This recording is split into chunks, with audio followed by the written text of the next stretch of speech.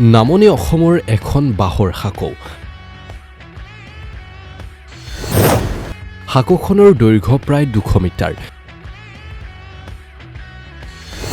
জৰাজীৰ্ণ এই বাঁহৰ সাঁকোখনৰ আছে গুৰুত্বপূৰ্ণ ভূমিকা। এই বাঁহৰ সাঁকোখনেৰে দৈনিক শ শ ৰাইজ অহা যোৱা কৰে। ক'ত আছে এই বাঁহৰ সাঁকোখন?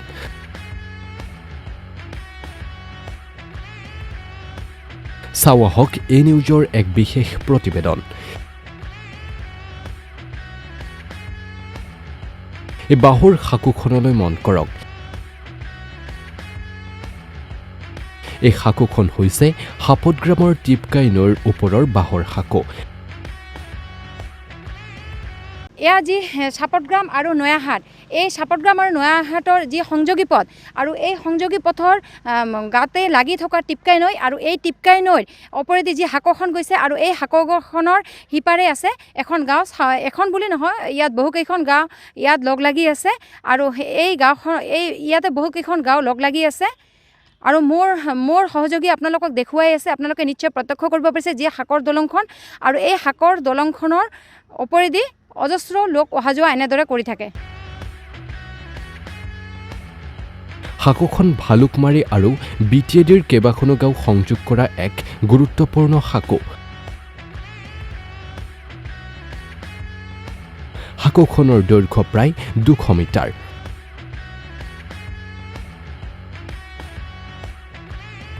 টিপকাই নৈৰ বাঢ়নি পানীয়ে ইতিমধ্যে বাঁহৰ সাঁকোখন বেঁকা কৰি পেলাইছে।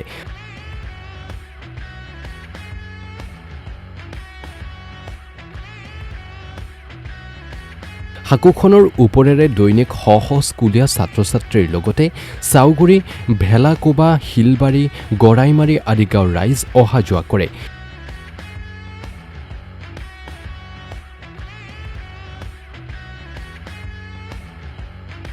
দৈনিক ভুক্তভোগী ৰাইজে ভয় আৰু আতংকেৰে জৰাজীৰ্ণ বাঁহৰ সাঁকোখনেৰে যাতায়াত কৰিব লগা হৈছে।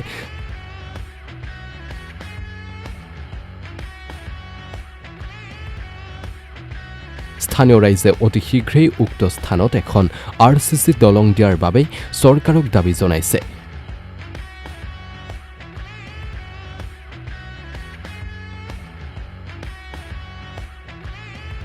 আপুনি যে এই সাঁকোখনৰ ওপৰেদি যে আহিছে এনেকৈ এইবিলাক বস্তু লৈ, ইমান ৰিস্ক ক'ব গ'লে বহুত ভয় লগা, কাৰণ যিহেতু বহুত পানী আৰু বাৰিষাৰ বতৰ, এই বাৰিষাৰ সময়ত আপুনি মানে কি সাহসত এনেকৈ সাঁকৰ ওপৰেদি ইমান গধুৰ মানে চাইকেলত চাউলৰ বস্তা লৈ আহিছে? আৰু এই ঠাইখিনিৰ নাম কি দাদা? এই ঠাইখিনিৰ নাম হ'ল ভালুকমাৰী, আৰু যিটো সাঁকো আছে সাঁকৰ সিফালে হ'ল চাউকুৰি। আচ্ছা, আমাৰ অহা যোৱা কষ্ট হ'লেও মানে উপায় নাইকিয়া হৈছে নহয়। এতিয়া ব্যৱস্থা নাই, ব্ৰিজত তেনেকৈ নাই। এই বাঁহৰ ব্ৰিজটো ধৰক আপুনি 6 মাহমান থাকিব, পিছত আকৌ পানীটো বেছি হ'লে এইটো যদি ভাঙি যাব তেতিয়া আকৌ মানে চেলত দি অহা যোৱা কৰিব লগা হয়। স্কুল যাব ল'ৰা ছোৱালীকো বিৰাট কষ্ট পায়, আমি মানুহ অহা যোৱা হ'লে বিৰাট কষ্ট। আজি বহুত বছৰ হ'ল তেনেকৈয়ে আছে, কোনো ব্ৰিজৰ মানে হেৰি নাই, তেনেকৈ অহা যোৱা কৰি আছোঁ আমি। তাৰমানে আপোনালোকে যে তাত বসবাস কৰে, তাত মানে স্কুলীয়া ছাত্ৰ ছাত্ৰীও যথেষ্ট আছে? আছে, বহুত আছে। ইফালে আহে সিফালে দি যায়, তেনেকৈ মানে সিফালেও এটা আছে বাঁহৰ দলং, ইয়াতো এটা আছে। বিশেষকৈ বাৰিষাৰ বতৰত এই সৰু ল'ৰা ছোৱালীবোৰক লৈতো বহুত মানে অসুবিধা হয়, বহুত অসুবিধাৰ সন্মুখীন পৰিব লগা হয়। আপোনালোকে কি সাহসত এনেকৈ অহা যোৱা কৰে? এতিয়া কি কৰিব, এতিয়া সাহস নকৰিলেও মানে পঢ়া শুনাটো মানে কেঞ্চেল কৰিব লাগে, তেনেকৈ আছে, ঘৰত বহিব লাগে। এতিয়া পঢ়া শুনাটো কৰিব লাগে ল'ৰা ছোৱালীক, তেনেকৈ বস্তু মজবুৰিত মানে অহা যায়। এতিয়া মানুহ কিছুমান ক্ষতিও হয়।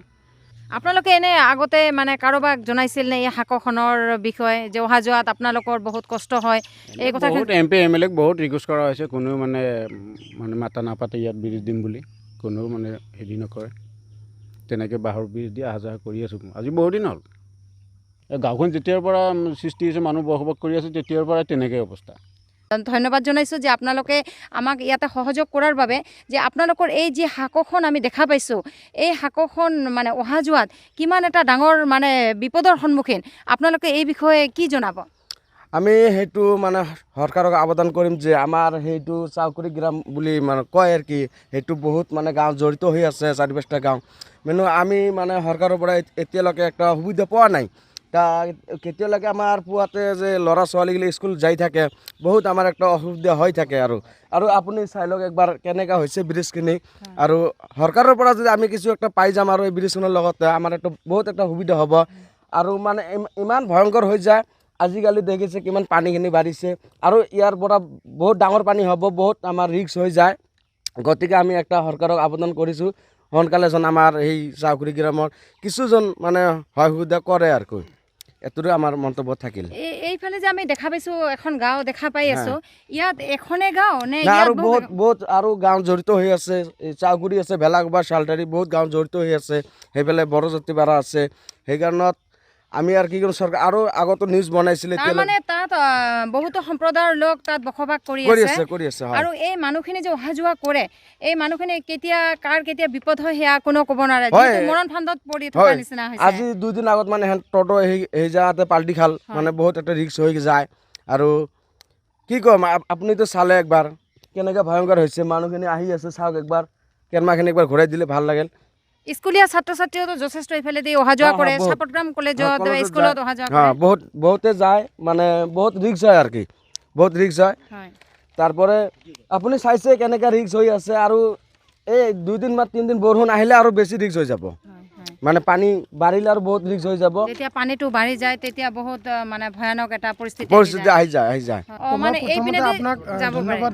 জ্ঞাপন কৰিছোঁ যেহেতু আপোনালোকে এনেকুৱা এটা পৰিস্থিতি আপোনালোকে দেখাব আহিছে সেইকাৰণে প্ৰথমতে মই আপোনালোকক ধন্যবাদ জ্ঞাপন কৰিলোঁ তো এতিয়া মই এইটো দেখাব খুজিছোঁ যে এই ব্ৰিজটো যেতিয়া বনাইছে বাঁহৰ দলংটো তেতিয়া কোনো চিধাকৈ বনাইছে এই চোৰত অলপ কেইদিনৰ অহাৰ পিছতে তেৰা বেকা হৈ গৈছে তাৰমানে আৰু যদি 2 দিনমান বেছিকৈ বৰষুণ দিয়ে এইটো হয়তো ছিঙি যাব ছিঙি যোৱাৰ লগে লগে ইয়াৰে যিটো শালটাৰী আছে আৰু বহুত কিবা কিবি গাঁও আছে মই ইমান চিনি নাপাওঁ আজি মই মোৰ ঘৰ হ'ল নয়াহাটত হয় মই ইয়াত আহিছোঁ কিবা এটা কামত তো যিয়ে নহওক এইটো দেখি মানে নিজকে ভয় লাগে আমি প্ৰথমতে আমাৰ যিখিনি গাঁৱত মানে আমি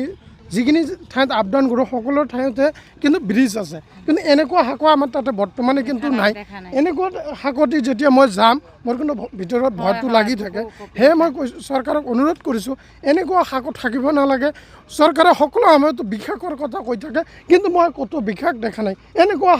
শাকত দেখিলে কেতিয়াবা বিষাক হৈছে বুলি মই মানে ক'ব নোৱাৰোঁ মানে এনেকুৱা শাক আজিৰ দিনতো আছে বুলি কিয়নো এইটো শাক চৰকাৰে যদি মানে পদক্ষেপ লয় এইটো শাক হওঁতে কিন্তু বেছি দিন নালাগিব আমাৰ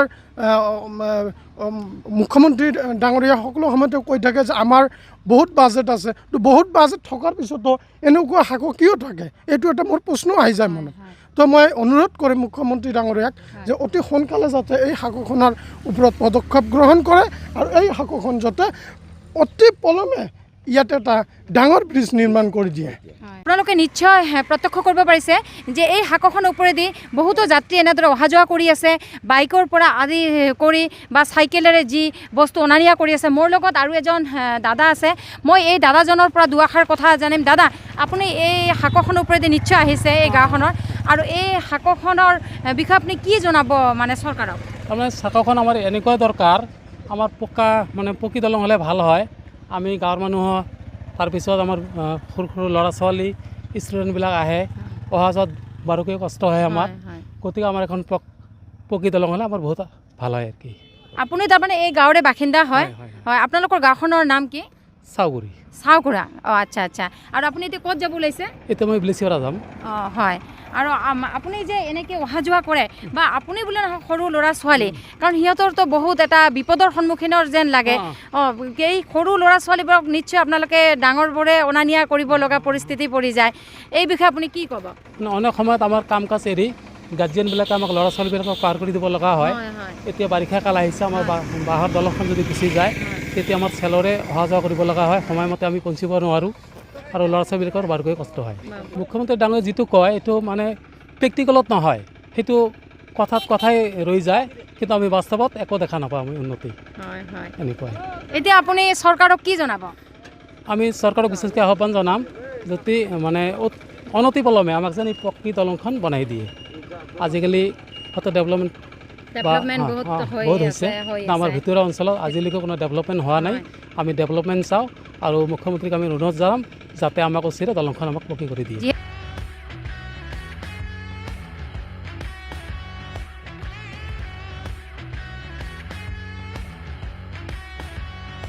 ধুবুৰীৰ ব্যুৰো চিফ দুলাল কলিতাৰ সহযোগত বিলাচীপাৰাৰ পৰা মুন্মি কলিতা ৰিপৰ্ট, এ নিউজ 24/7।